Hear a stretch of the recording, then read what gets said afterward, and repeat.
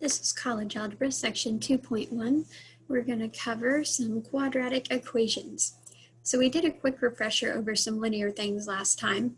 Just a reminder that when you're dealing with a linear equation, we only have one solution. There's one x, we find the answer to that x. Now we have to be careful that we do have an equation, which we can tell when there's an equal sign. If there's no equal sign like what we saw in chapter 1, it was really just an expression. And an expression can only be simplified, not solved. There's no way I could really find what x was without having more information. So in a problem like this, remember we would distribute. In this case, there is nothing in front of the first set of parentheses, and also nothing in front of the second set.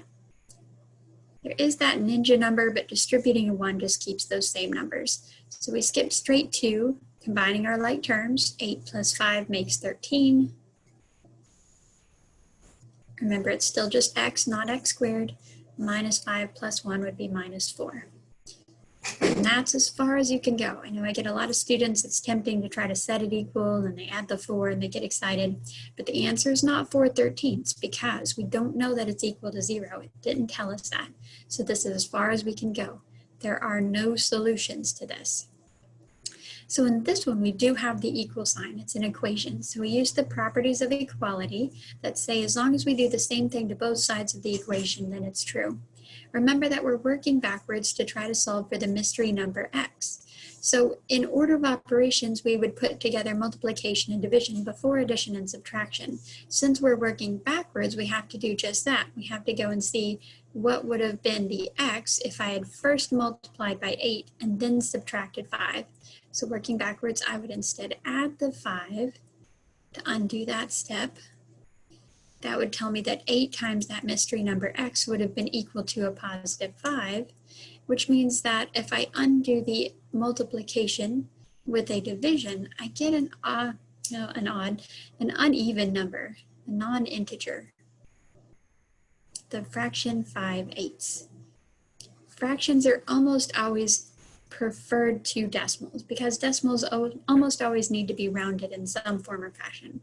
So if you're unsure, put a fraction. That's more than likely the right answer. And remember that you can do that by hitting that math enter button on your calculator. Also note that I showed my division like this with the bar. So I didn't write something like 8x divided by 8. It's just too easy to make a mistake because division is not commutative. So if I'd put it on the wrong side of the 5 or anything like that, something could have gone wrong. I could have gotten the reciprocal of the answer on accident. So I always recommend showing the division just like I did here with the fraction bar. It's also good because I can visually see these 8's canceling now. 8/8 leaves me just the x. So in this next problem, we're asked to solve for a, but I have an a in 2 places. So just remember the ultimate goal, solving for a, getting a equals all by himself. Well, if he's in more than one place, I can't do anything. I have to first get those a's together. Now, just like I could add and subtract the 5 up here, I can add the whole term, 3a, to both sides. So I would add a negative 3a or subtract 3a, which would make it cancel on this side, eliminating one of those 2 a's. And then over on this side on the left, I can combine these like terms to get negative 7a. So I can move the terms around by canceling it on one side and moving it to the other side. So notice to make it cancel, I needed the opposite sign. So when he went to the other side, he had the opposite sign to make him cancel. Now there's a really common mistake right here. A lot of times it's tempting to bring down the 1, but overlook that it was a negative 1. So just remember that sign belongs to the number behind it. Always watch out for that. There's another common mistake in this problem, because as we start the steps, just like the blue one above it, something a little sneaky happens. We cancel the 1 on the left here, just like we did the 5. Everything's good. But then it cancels on the right as well. So I have students get confused sometimes and they think, well, I guess I'm done. This is the answer. And they'll circle this right here. But you're not done. I have to get a all by itself. So when he canceled over here, technically I had a plus 0, but I didn't write it down because my goal of getting a by himself would not really have been furthered by doing that. But I need something over here, almost like the ninja number. I need to put that negative 1 plus 1 is the number 0. So remember that 0 is a number. I didn't write them here because I didn't need them, but I do need them over here because otherwise I didn't have it equal to anything, equal to the number 0. So that last step where I divide, be careful because you divide not just by 7, but -7. In this problem specifically, it wouldn't really have mattered since it was a 0, but we're canceling everything except the a. So if I just put a 7, it would have canceled the 7 and left -a. I need to cancel the 7 and the minus sign. So the final answer to this problem is that the only a that would make this work would be the number 0. Now remember, when we're doing these algebra problems, the blue and the red here, we can always check our answer by plugging that back in. So if I wanted to make sure that this worked out correctly, I could replace these a's with a 0, just like we were doing in the last chapter when we were checking some variables. So if I plug in a 0, I would get that both of the sides equal -1. Now the answer is not -1. The answer was that a equals 0 to give us matching sides of -1. But it's a really good idea to check your answer, especially on a test. Takes just a couple of seconds and it gives you that confidence. So here down here we have some more equations with the equal sign. I see some parentheses, so the first step is to always take care of those parentheses. I get that 2t plus 4 is equal to 2t plus 8. Careful to distribute. Now you may already be suspicious. When I do just like the red one and try to get my t's together, I always like to move them to the left by canceling the one on the right. Just like there in the red with the suspicious ones, we have something kind of sneaky happen where it canceled the one on the right just like we wanted, but it also canceled the one on the left. So all that was left was a 4 and an 8. So the statement that 4 is equal to 8. Well, we know, of course, that that is not true. So what that means is that in this scenario, there's absolutely no number I could replace t with that would make this side equal that side. So this is the special case where there is no solution. Now this is a special case. It's usually pretty rare. So if you're stuck on a question, don't put no solution as the default answer. It's rare. That's probably not right. If anything, guess the number 5, but no solution is a very rare answer. So it only occurred in the special case where I was moving my a's together and got it to cancel on both sides. Let's see what happens in the next one. I wonder if it's going to be weird too. So I'm going to distribute. So I get 4 times y is 4y. 4 times 5 is 20. Over here, be careful of that common mistake. I'm distributing a -2. So I get -8y, and here it is right here. Watch this sign, -2, because -2 times +1. This side I'm just going to copy down. Remember not to do too much in any one step. Don't get yourself confused. It's not worth missing test points just to try to save a line of paper. You're not proving anything. So 4y minus 8y are here on the same side. So what that means, on the same side, I'm going to do just like this very first purple problem and clean things up and simplify. So one other common mistake that I see a lot is doing something like this. It's tempting. It's just like what we did up there, right? Except right here I've added 8y to the same side of the equal sign twice. So that would be like if I told you that 2 plus 3 is 5 and said that 2 plus 3 plus 1 is equal to 5 plus 1. That one works fine. But if I said that 2 plus 3 plus 1 plus 1 is still equal to 5, say that's not true anymore. So by adding it to the same side twice, you've broken it. Can't do that. It's unbalanced. So that's why we can't do this right here. Instead, we combine our like terms, just like that very first problem. So I say that 4 minus 8 is -4. Just simplifying, just like we did all last chapter. Minus 20 minus another 2 would be minus 22. And if you weren't yet, you're probably suspicious. Something sneaky is happening. So just always follow these steps. So first thing, I always distribute just like we did here. And then I always try to clean up as much as possible. And then in a scenario like these, the red, the purple, and the green, where I have letters on both sides. Get the letters together first. Remember, your goal is to solve for the letters. So if I start moving numbers around, it's not going to achieve my goal. The letters need to be together first for you to know which way to move the numbers. Always get the letters together first. So just like I wanted, it cancels on the right, but just like the last purple one, it's that special case where both sides cancel. This leaves me with negative 22 equals negative 22. Well, that's true, obviously. That is a true statement. So that means in this case, we have a special case of all real numbers. So what that means is instead of only being able to plug in a 0, that was the one special number that would make this work out, or in this one where there were no special numbers, nothing could possibly make these balance. All real numbers means that you could take anything. It could be 0, it could be 5/8, it could be 1,000,006. Replace those y's with that number, and the two sides would always turn out to be the same. Now again, that's a special case. Even though we just saw 2 examples of it, that doesn't mean it's going to occur very often. It's a special case that happens pretty rarely. Now here's another one. They're kind of trying to speed things up a little, giving you some extra letters, but then they give you what those letters actually mean. So if I knew that D was equal to R minus C times T, and I was given this information, I just fill it in for those letters. D is 40, R is 12, C is not given, so it's going to stay the letter C, and then T is a 5.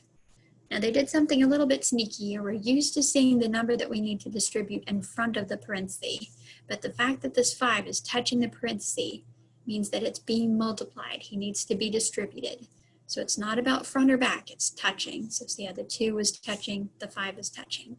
So when I distribute that 5, I would get 60 minus 5C. There's not letters on both sides this time, so I can leave my C right here and start with the numbers.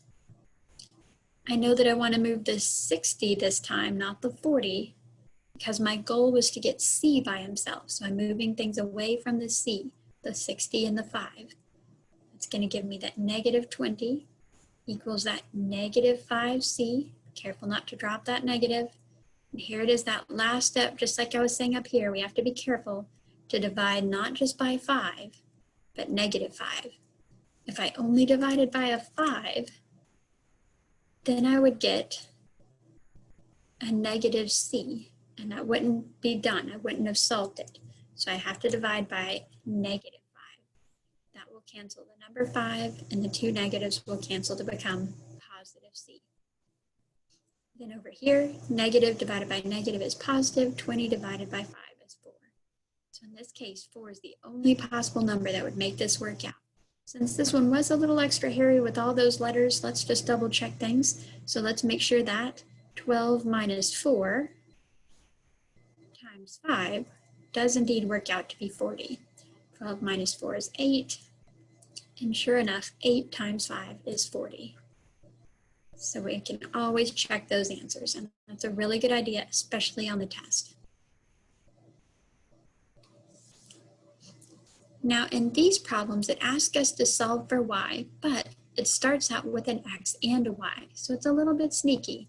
I'm trying to isolate the y, just like in the last one I was trying to isolate the a or the c or the x, but I have this x in the way. Well, remember, we can move terms around just like we did when we combined them on both sides. So if I want y by himself, this 4x needs to go. He needs to be out of the way. I know he needs to move before I divide by 3, because he's the one that's added or subtracted, and we're working our way backwards. So I'm going to subtract 4x from both sides. And that will cancel him here on the side with the y, leaving me with just the 3y, a little bit closer to getting y by himself. Now be careful over here, this is not a 0. 4 minus 4x is unlike terms, so there's nothing to combine, it's just 4 minus 4x. Now the last step, we're going to divide by 3, but since I wasn't able to combine these unlike terms, what I have to do is actually divide everyone by 3. So my final answer is that y, all by himself, after that 3 has canceled, would be the fraction 4/3 minus 4/3 x. Now you could either write it with the x beside, the x on top. It's all the same. So if the x is over here beside it, it implies that it's on the top. To put x in the bottom, you have to be very deliberate and put him on the bottom. Now, if anyone wrote the answer as 4 minus 4x all over 3, that would be equally right and accepted. You would get 100% credit. The reason that I showed this way instead is because if anything should reduce, this is going to be easier. Also, when we get into graphing, this makes our life just a little bit easier. So let's try it again over here. Same scenario. We're going to solve for y. There's an x involved as well. Just like before, we need to move away the term that's added or subtracted. This is a positive 2, so I'm going to subtract it. Now notice in this case, I also have this constant 4, so this negative 4 also needs to be canceled by adding 4. I'm going to do the same thing to both sides of the equal sign. So here we go. That leaves me with the negative 2y, be careful not to lose that negative, equals these newly shifted, newly moved, negative 2x plus 4. So notice again, when they went to the other side, they have the opposite sign because I had to change their signs to make them cancel. In that last step, I'm going to divide, not just by 2, but negative 2. And here again is why I like it broken up instead of all over. This is going to make it easier in this last step to simplify. So just like I wanted, the negative 2's cancel here and leave me just the y. But over here on the left, it cancels in the first term as well, leaving just the x. And then positive 4 divided by negative 2 reduces to a negative 2.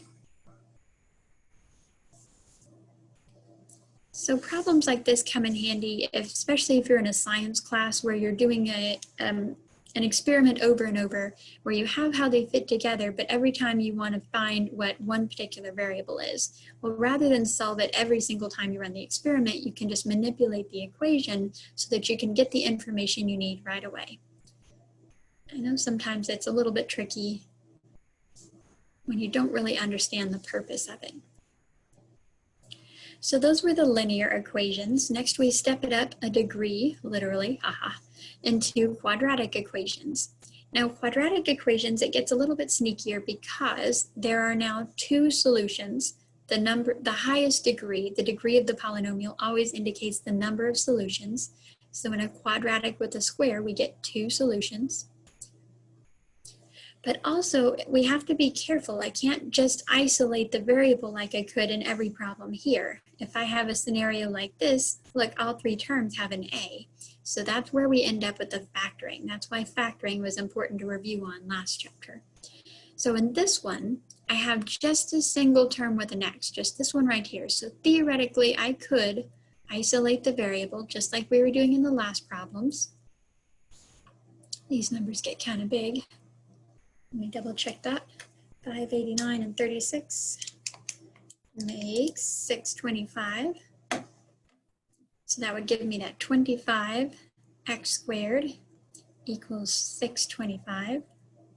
When I divide by the 25, I get that the x squared is equal to 25. And it's tempting to say, well, the square root of 25 is 5. The answer is 5. 5 is one of your 2 answers, but it's only one. So the other one, we have to remember that in that step where I square root both sides, square root the x squared and square root the 25, I have to throw in a plus or minus. I do that because remember that a negative squared really meant that there were 2 negatives. So the result was a positive. So a result of positive 25 could have been achieved with either the number 5, obviously, but the sneakier one is that negative 5 squared also turns into a positive 25. So we have to be careful. So plus or minus, and there's our 2 solutions. So this is one way we can do it. It's called the square root property, where I do that plus or minus. It's not the very best way to do it because it only works in pretty specific cases like this right here where I only had one variable. So in this next one that looks like it's almost the same, I'm stuck because both of them have an a. So that's where we want to be able to try to factor. So in this right here, I would need first to isolate the problem. So I want to get everything to one side. I need to get it equal to 0. So I'm going to move this 250a over here, which gives me that 50a squared minus 250a is now equal to 0. 0 is important, and we're going to talk about that in just a second. Now I want to factor. This one has two terms. Remember, there was only two ways I could factor two terms, and the GCF should always be checked. So I see that these are both divisible by 50, and they both have at least one a. So when I pull that 50a out of both of these terms, I'm left with another a, and then another, I think that's 5. Yep, a minus 5. So the reason that we factored, that we went this direction, and the reason that we got it equal to 0 is because I can now use the 0 factor property. This is something that you already know, that anything times 0 is 0. So that says if you knew that the result of the product was 0, then either one of the two, or both, must have been equal to 0. Because the only way to achieve a product of 0 is if you had something times 0. That something might have been another 0, but there had to be a 0 involved. So I broke it down like this because now I have that it's 50a times a minus 5, a something and a something, the r and the s. So that means if one of those two was equal to 0, then I'd be set. So that means either the 50a might have been equal to 0, or the a minus 5 might have been equal to 0. So let's go see what numbers would have made that happen. Well, this one is just a single divide, which means that the a would have been 0 itself. 0 divided by anything is 0. 0 just can't be on the bottom, remember? And then this one, of course, would give us the number 5. So there's our two solutions. It was squared, so it was 2. Those are the two numbers that would have made this answer equal this answer.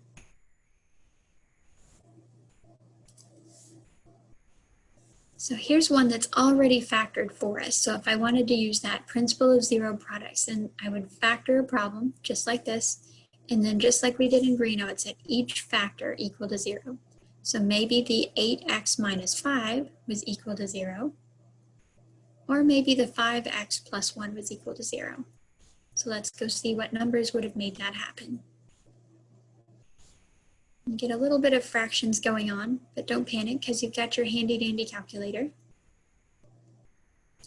When I divide by 8, it looks a lot like one on our very first slide, the fraction 5/8.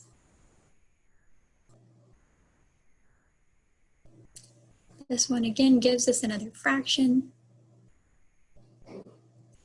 Be careful in that last step of divide. 1 divided by 5 is not 5.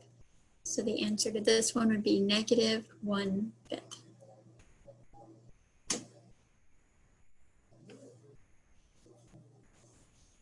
So this only works for 0. 0 is the only magical number. If I was told that this product was equal to 7, I couldn't set them both equal to 7 because everything times 7 isn't 7. So we have to be careful. It's a very special rule. So since it only works for 0, that's why we use this principle of zero products and get it equal to 0 first. In this problem, the first thing I see is that it's not yet equal to 0. I'm going to move this guy over here with his buddies. So then I have the 2a cubed. I'm going to go and write it in order. Plus a squared minus a is now equal to 0. So I put that a squared just in between the two. So in this one, I'm going to need to factor. And remember, in the 3 terms, and the 4 terms, and the 2 terms, it was always check for GCF first. In this one, we've got that case. I know in my very final answer, I should have 3 total solutions. One of those is going to come from this A that I'm going to factor out from the group. All 3 of these terms have at least one A.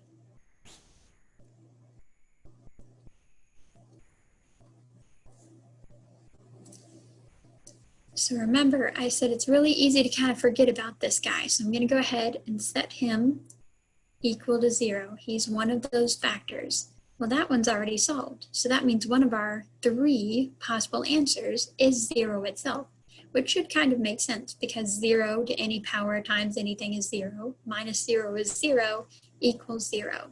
So 0 is one possible solution. Now this one right here, we were going to factor. Remember that you do have that factor program in the calculator. You can always use that. If I did want to do it by hand, I'd do my 2 times -1, the AC, which of course is only 2 numbers, 1 and 2. To make the product equal a positive, I would need the bigger to be the positive. And then I would take those 2 numbers and divide them by front number guy. So that means these last 2 factors would be 2a minus 1. And then this one would reduce to be 1a plus 1. I'm running out of room here. Let's get this over a little bit.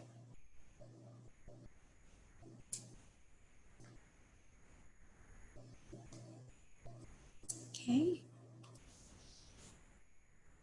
And that is, of course, still equal to 0. So, it's getting ahead of myself here. Let me put him down a little further for our final answers. So by factoring this trinomial inside, I have more options. So either that standalone a was equal to 0, just like we saw was the final answer, or the 2a minus 1 might have been equal to 0, or the 1a plus 1 might have been equal to 0. Remember that 1a is the same as a. This one's going to give me another fraction, but we got this.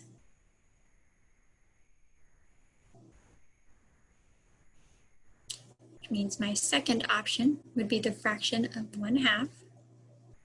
And then the last one was the easy number -1. And there's our 3 solutions, just like we expected from the very beginning. Now, there's one last way to do these quadratics, and that's the very best. So, like I said, this special case only works out when we have just one term with a variable. These right here only work out if it happens to nicely factor, which is actually pretty rare in the real world. Most of the time, things are messy. We get decimals, we get irrational numbers, things like that. We don't get a nice pretty fraction of 1/5 or 0. So we have the quadratic formula instead. So it says that if you have the trinomial x squared plus bx plus c, where a represents the number in front of the x squared, b represents the number next to the single variable, and then c is always the constant, you can fill them into the quadratic formula in this order to get those 2 solutions. You'll notice that right here, this is the only difference. There's a plus and a minus. Now, luckily, if you get those programs from me, there's a program for the quadratic formula. So if you hit that program button again, which is right there in the middle, you can either scroll down, but there's a lot of them, so it'll take a little bit. So the shortcut is to use the alpha key and jump to the letter Q, which is right here above the number 9. So if you go alpha 9, the very first option there is quad, and that's the best program on the calculator. So if I select quad, it says program quad. I hit enter to run it, and it starts asking me for those A, B, and C that we just talked about. So in this one right here, for this quadratic, after I factored out the A, the first term A would have been 2. So I hit 2 and then enter, and it asked me for the B. The B is the understood 1 in front of this middle term. So I hit 1, enter, and then it asked me for the C, the constant, which is a -1. make sure to use the little negative on the bottom, not the minus key on the side. And I hit enter one last time. It gives me the answers first in decimal form.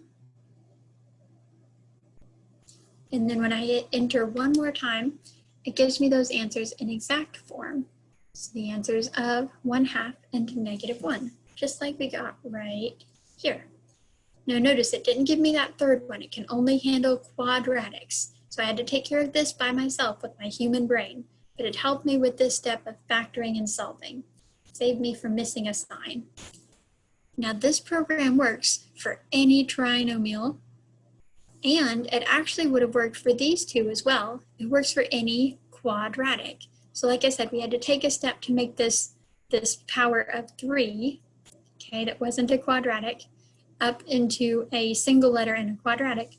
But all the rest of these were quadratics. So let's try it on the red one here. So this red one, if I wanted to use quad, I would have first needed to get it equal to 0. So instead of moving the 36 over, I actually would have moved the 589. So I would have done my 25x squared minus 36 minus 589. It's going to look familiar. We get that same number of 625, but now he's on the left.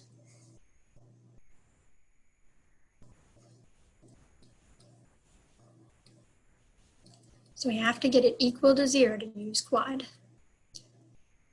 So if I used my quad program, which you can hit enter and it'll run it again, my a next to the x squared term would be 25.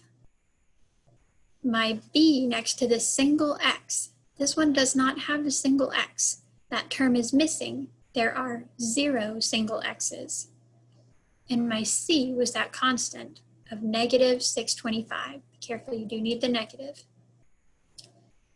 And then when you hit enter, it's going to give you those same exact answers of plus and minus 5.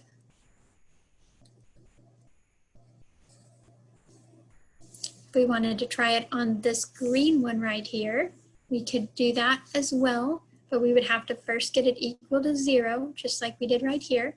So if I wanted to use my quad, I could restart with that 50a squared minus 250a. In this case, my a is 50 next to the squared term. My b is -250. Okay, I do have the single letter. In this case, it's the c that's missing, the constant. So my c would have been 0.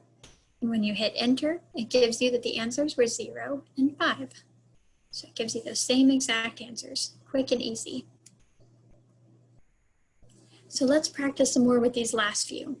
So if I wanted to use my quad program on this one, my a is of course 1, my b is 12, and my c is 13. When you hit enter, it might be a little overwhelming because it gives you some crazy decimals, but remember, it's going to give you both. So you could jot those down if you really wanted. It's -1.2 and -10.8-ish. But what you're really going to need for the answer, for the final answer in X, Y, Z, and on the test, hit enter one last time on your calculator, and then you get it in exact form. So it tells you that the answer was actually -6 plus the square root of 23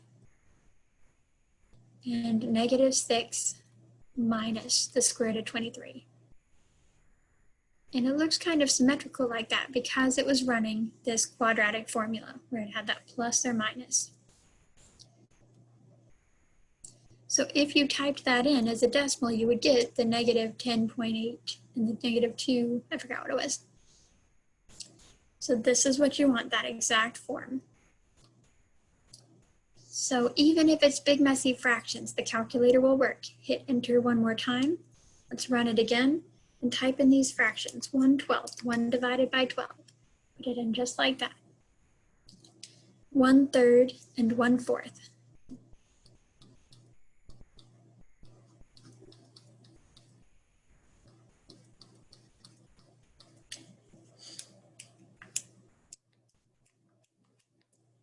And it gives you that the answers are -1 and -3. All done. Didn't even have to worry about fractions at all. Now just a heads up, if you hit enter again, the calculator had some rounding involved in its little calculator memory because thirds are not exact. So it gives you this crazy weird decimal, but don't worry about it. It has the square root of a decimal, which you would never want. This is your answer right here. So it just freaked out because of weird rounding in the calculator. So this one, I forgot I put them over here to redo. So this one we actually just did on the other side. So we said we just needed to move the 589 over and the 250 over to get these right here. So let me scoot those over.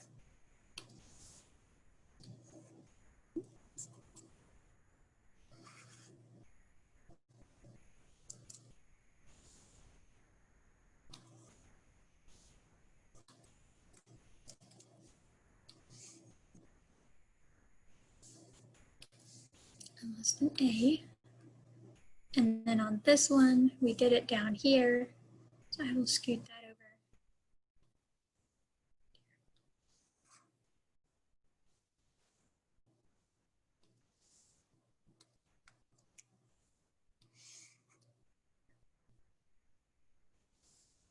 Okay. So this one, again, we don't have it all on one side. It only works when it's equal to 0. So the first thing I need to do is get it equal to 0. I'm going to move both the 60x and the 72. So notice that I changed their signs to make them cancel. Be careful not to combine unlike terms. This 25 is an x squared. He does not combine. The 60x doesn't have any other x's, so he doesn't combine. But the constants do. So negative 36 plus 72 makes a positive 36. And now it's equal to 0, just like we needed. So now I can use my quad, hit enter again to run it one more time. And the A was 25, the B was negative 60, the C was 36. It again gives you those decimals first. These aren't too bad of a decimal. Hit enter one last time, and it might be a little confusing because it only shows it once. But we saw it when it was in decimal form. It said that the decimal was 1.2 and 1.2. And then when I hit enter that last time, it reminded me that that was the fraction 6/5. So I know I needed 2 answers, and I got 2 answers. These 2 answers happen to be the same number. This was a perfect square. So the numbers happen to be the same, but the number of answers never changes. So 2 answers that happen to be the same. Now this last one here is tricky. It wants you to think that you were almost done like this one back here where it had it factored for you, but actually they made it a step harder for you. So this one, I don't have it equal to 0, which I know I need. So instead I actually have to go through the trouble of foiling this back together. Yes, unfortunately. But you got this. It's a little bit of practice of everything all in one. So remember, don't make that mistake. It will not have 2 terms. I have to FOIL this out and say that 3x times 3x is 9x squared. 3 times 7 is 21. 3 times 7 is 21. And 7 times 7 is 49. Then I also need to get it equal to 0. So I need to move this minus 4 over and combine those like terms. So I've got 9x squared. Careful, they don't cancel. It's tempting. Minus 42x. If you owe 21 and borrow another 21, you're not even. Plus 53. So we can punch that in our quad, hit enter again to run it. 9, negative 42, and positive 53. And we see another crazy answer. It didn't even give us the decimal this time because this one had imaginary solutions. That means there's absolutely no way you could have done this without the quadratic formula. It couldn't have factored and worked itself out. So our answers were 7 plus 2i over 3 and 7 minus 2i over 3. Now just a heads up, it is a capital I on the calculator screen just because of the way they had to program it. But we traditionally see it as that lowercase I for the imaginary number, the square root of -1. So we'll take it all a step farther in section 2.3. I will post another video for that. Let me know if you ever have questions.